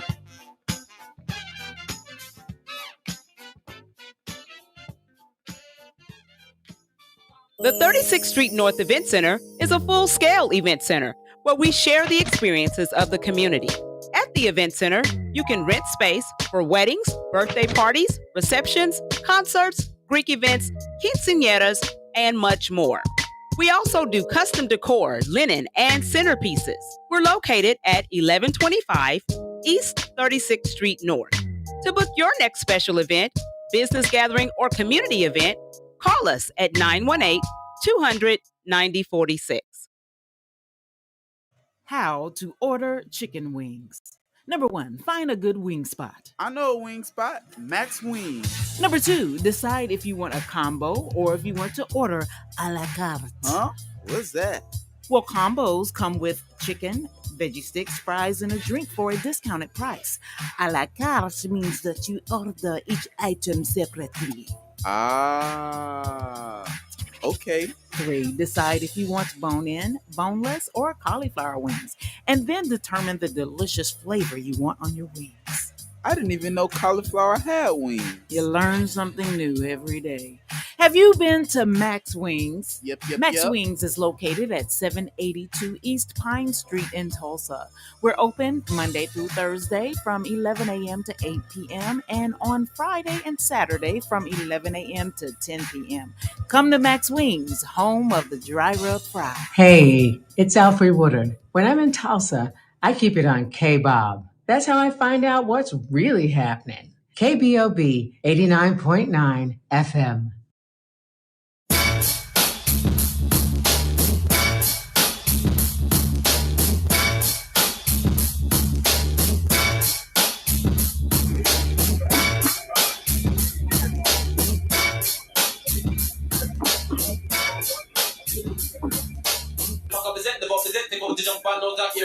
Welcome back to the $2 Sports Talk Show here on KBOB 89.9 FM. Make sure y'all tune in to the Bobby Eaton Show. That's the Bobby Eaton Show every Wednesday and Saturday. On Wednesday, it's from 6 o'clock to 7:45. And on Saturdays, it's from 12 p.m. to 2 p.m. Every Wednesday, every Saturday. That's the Bobby Eaton Show. Make sure y'all tune in. And also on Wednesdays during the day, it is News You Can Use with Damali Wilson and Charles Harper. Whatever news that's going on here in T-Town, you can find out on News You Can Use. They got JB Smooth on the ones and twos and doing the producing. You don't want to miss that show. And they're going to be talking this week about the mass graves and everything that's going on with that and this COVID-19 and the numbers going up here in Tulsa, Oklahoma, and just the state of Oklahoma, period. So make sure y'all tune in to News You Can Use every Wednesday from 1 p.m. to 2 p.m. with Mr. Charles Harper and Mr. Molly Wilson, only on KBOB 89.9 FM. We back with the crew again. Okay, so let's look at who do you think had one of the best free agency series? I like what the Miami Heat did. What the Miami Heat, they picked up Kyle Lowry, they re-signed Jimmy Butler, they re-signed Duncan Robinson, which is a three-point shooter. They pick up PJ Tucker. PJ Tucker not gonna give you no points, but he's gonna give you toughness. And that's what Pat Riley wants. Pat Riley wants some toughness. And so one of the things, like I said, what reason I say, look, they picked up Markieff Morris, another bruiser, another tough person that they want to fight every time you turn around. That's what they picked up. And so I like what Miami Heat did. Who do y'all think had the best free agency? We're going to start with you, Mark. Who do you think had the best free agency?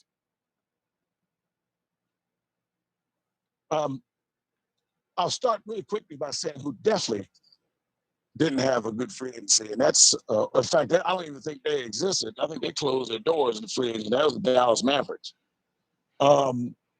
They did absolutely nothing. And I said it because I saw a buddy of mine as a comic from Dallas. He tweeted about it. I said, they didn't make a move. I said, and they act like they didn't want nobody. But as far as best, Miami had definitely made some interesting moves. I think quiet as kept, I will say, honestly, Miami definitely is right there. I mean, they picked up PJ Tucker as well. Yeah. So they've added some tenacious kind of players, guys that I think can play well with Jimmy Butler. But I'm gonna say I would give another nod very close right there with even Brooklyn, with a lot of what Brooklyn let go to make sure the team fits a little bit better with them. I got sometimes it's a subtle move, not adding so much because they made a lot of splash for players, but they've moved with some different players that will fit what they do. So that they actually did some very good stuff. And then I won't lie, Brian and them did well enough. I think they did well. I know Phil wanted Buddy Hield, but he'd be all right. Still going to get him. So okay, he has no playoff experience. I don't know if he's ready for the big lights. Okay, so yo, who do you think made the best moves in free agency right now? I'm gonna have to say the Chicago Bulls. They picked up DeMar DeRozan. The Chicago Bulls. Okay. They picked up DeRozan. They picked up Lamar Ball. They made some other key acquisitions. They freed up some cap space. The Chicago Bulls are going to be in the running to make the playoffs next year. I'm not going to say they're going to be in the top, but they are going to make the playoffs because the East is still pretty much three teams. Well, I agree with you on that, yo. That I said they did what they needed to do to make the playoffs. That's all they're gonna do. I give them first round, maybe second round, but they're not going that far. They did enough to make the playoffs. That's all the Chicago Bulls did in the East. They might just do the play-in game just to get into the playoff. Look, true, but it's much better. Hey, Jeremiah, can I respond in the real quick playoff to Yo's than choice? Getting ready to go to the crib. Okay, hold on. Mark. Okay, I hear you. But yeah, I give the Chicago Bulls a lot of credit. They've pretty much resurrecting that franchise, and that fan base is going to be more pumped. And they got a nice stadium, so hopefully we can in some of these bigger markets, we get some better bump because Detroit Pistons have picked up some pieces. They didn't move back downtown. They got a large fan base. So it's good to see some of these traditional powerhouse in the East come back to fruition and be relevant in the Eastern Conference. Okay, go, Mark. I'm scratching my head right now. I know y'all can't see me. I'm scratching my head because I'm trying to figure out what yo talking about. Go ahead and respond real quick, Mark, before we go to Phil. Well, yeah, I just wanted to say, Phil, that actually is probably the most ridiculous choice I've ever heard. That sounds like something that Vance would have said. And as you said, you're scratching your head. I actually want to grab a hammer and bang myself upside the head because I have no clue as to what he decided to say. I mean, if you want to honorable mention them, yes, but they got a bunch of guards. All of them ain't gonna play. So, okay.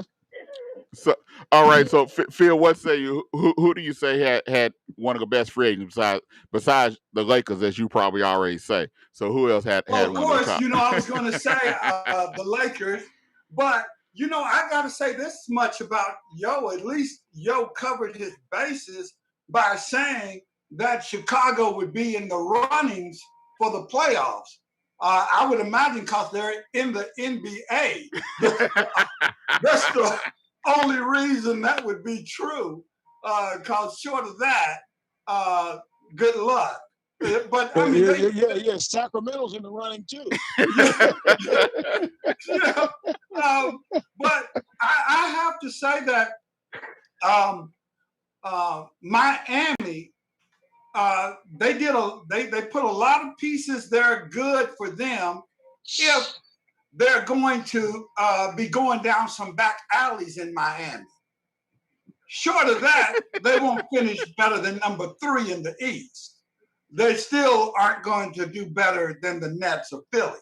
So they've got a good team if you want to take some guys out to a bar and get into a fight. But that's going to be about it. But take them to the hood. Yeah. But again, I got to get back to saying that the Lakers, of course, I think for having literally nothing to work with but minimums, except for one mid-level exception, to get the players that they've gotten so far, I think it's a real big coup. All right. So, I heard what you're saying. Yo, I'm still trying to figure. I got who the Pistons done picked up in free agency, and they said Corey Joseph, Kelly Olynyk, and Trey Lyles. Can you please tell me where the Detroit Pistons are coming back to be relevant? Are you talking about them picking up Cade Cunningham? Is that the only thing you're talking about? Yo, please help me understand. Explain that Detroit Piston comment. Their acquisition is about as good as Chicago's. A franchise-changing player for the Detroit Pistons. Okay, so you're looking at Cade Cunningham, not the free agency. Is that what it is? True. Yes. Okay, because who they picked up in free agency ain't put them nowhere. They still suck. Maybe Yo's looking at it that Olynyk can dislocate people's shoulders. Hey, but just a little bit off topic.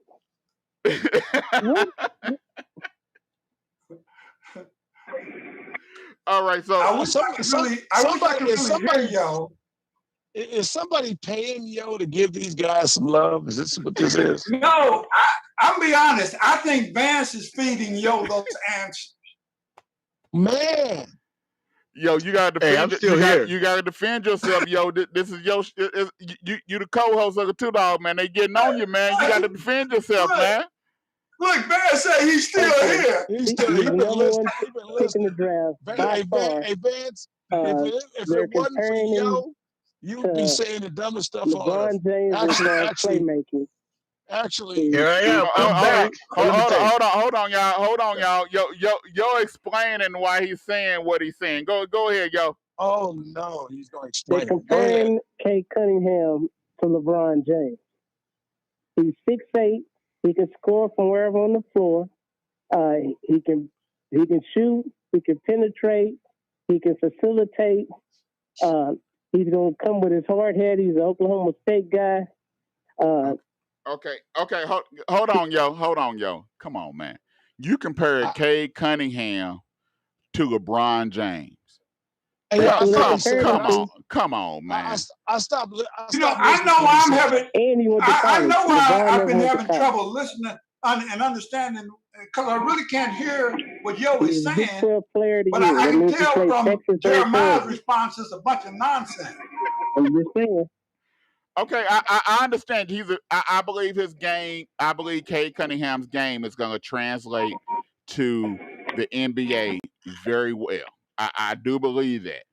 But to say that the Detroit, I guarantee you, Cade Cunningham, after his first contract, will be trying to figure out how he can get out of Detroit. Well, it's a lot of them is going to do that. He'll be trying to go back to OSU. That's just how the league works. Just like they were saying today that that Dame Dollar was going to the Knicks. And I'm like, why would he want to go to the Knicks? The Knicks ain't ready to win now. But it's the NBA. All right. But I got one question for you, Drone. Okay. What does the Thunder do? And I still don't understand. Hey, the Thunder don't even understand what they did. Okay. We don't understand. The Thunder don't understand. I was watching the sports news with Dean, but they sitting there scratching their head too, wondering what the Thunder did. We all scratching our head. We've been scratching our head for the past 3 years on what the Thunder did in the draft. We haven't seen nothing. We seen them get rid of players, and the other players, when they go to a new team, they show out. But we ain't seen them do anything with the Thunder. One thing they did do that I did like, they re-signed Gilchrist. I like that. Shea Gildas. Yeah, I like that. That's the only good thing. But we supposed to hit something before we get up out of here. Y'all know. You know when you hear this song, you know what's going on. That means we're getting ready to close. But before we get out here, everybody, the preseason starts this week. Hall of Fame game is Thursday. So we're gonna go one at a time. What's your predictions for the NFL this year? I'm gonna start with Vance. Since Vance still on the line, we're gonna start with Vance because Vance is not gonna pick nobody because the season haven't started. He's gonna wait until December to pick a team. So go ahead, Vance. Wait a minute. So Jeremiah, just want to understand. I'm picking for next year's Super Bowl champ. Yeah. The season start this week. What do you think about the season start? How do you feel about the season start? Since I picked the last champ, I can't just jump out. We're going. I got to return. We got to repeat. You know what I'm saying? I got to defend the title. Okay, so you going Tampa Bay? Okay, Vance going Tampa Bay. All right, Mark, who you got? The season starting this week. What do you think about the season starting and who you got? Vance, you want to reserve the right to change your mind on Christmas? If anybody needs to reserve the right to change their mind, it's you Dallas Cowboys and that blurred up star need to change their mind. Okay, Mark, go ahead and ask a question because Vance is tripping. Y'all, he's trying to get on the Dallas. We ain't supposed to go there, Vance. Go ahead, Mark, answer the question. It's really hard for me to call it. I would probably give a nod to say that Kansas City will be hungry to come back and do it. I think healthy they can beat Tampa Bay. I wanted to answer something you said on the basketball, but I forgot my train of thoughts. Okay. So Phil, who you got? Season starting this week. What do you want to see in this season? What do you expect? Well, I want to see the Cowboys do what I predict they'll do and win at least 12 games. But if I were picking a team, is the fans laughing? Yes, I'm laughing. But I'm liking Cleveland. Okay. So, yo, this on you, yo. Who do you got? Season start this week. What do you think about the season starting? Who you got? I'm gonna blow y'all minds. Hold on, you supposed to blow our mind worse than what you've been doing on these picks? Yeah. All right. Probably gonna pick Houston. All right. I'm listening. Go ahead. You're probably gonna pick Super Bowl this year. The Tennessee Titans and the Dallas Cowboys. Titans. Lock it in. Tennessee Titans, Dallas Cowboys. Okay. All right. I'm happy that the season's starting this week. Now we're not gonna have any more boring weekends because we didn't have football. I'm like Phil. I'm sorry, Phil. I'm like you, man. I like the Cleveland Browns. I really do like the Cleveland Browns.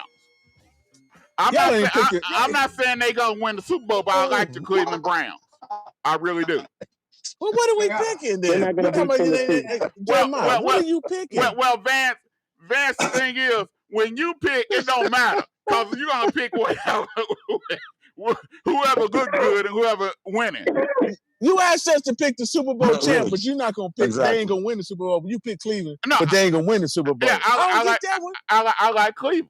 He just say he likes them. All I can say is they picked. I saw where Dallas was picked to go like 9-8. I want to take him. Oh, well, I can't say that. This is a family show. But I'm telling you right now, look for Dallas. Hopefully that doesn't have that lingering shoulder thing like they've been saying it could go all year. But I'm still picking Dallas to win at least 12 games. Okay. I can't believe that the dude that come on my show wrapped in a Dallas blanket and a hat, and he picking the Cleveland Browns. I just can't. Chrome Dome sitting in his truck, and he picked. Who did he pick? I didn't hear Dallas. Hey, we picking who we saying who we like this year. I'm not saying, but I want to thank all y'all for listening to the $2 Sports Talk Show, for coming on the $2 Sports Talk Show. I picked the Dallas Texans. I want to thank my In the Room fellas. Make sure y'all tune in to In the Room tonight on Facebook on TAN TV at 9:30. We coming in, we talking sports. You finna see some ignorant stuff going on tonight on TAN TV because we don't, there's no holds barred. But we want to thank Melvin Gilliam for coming on the show for all his insights that he's given us today, dealing with the Big 12, OSU, and what's going on with the Pac-12. I want to thank my fellas coming out. You know I got to thank Yo for coming in. He's sick and everything, but he's still showing up. Hang in there, Yo. On the phone. He's showing up on the phone. Hang in there, Yo. Jeremiah, you mentioned ignorant stuff tonight. Is Yo coming on the show with us tonight? Nah, he's not coming on the show tonight. It'll just be fans that'll carry the and just Jeremiah and Mark. That's gonna be enough.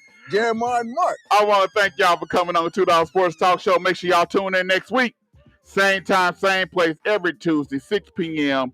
to 8 p.m. Central Standard Time, only on KBOB 89.9 FM. You can stream us live at KBOB 899.com and catch us on the Two Dog and the KBOB 89.9 FM Facebook page. You bark at us. We bark back. Woo!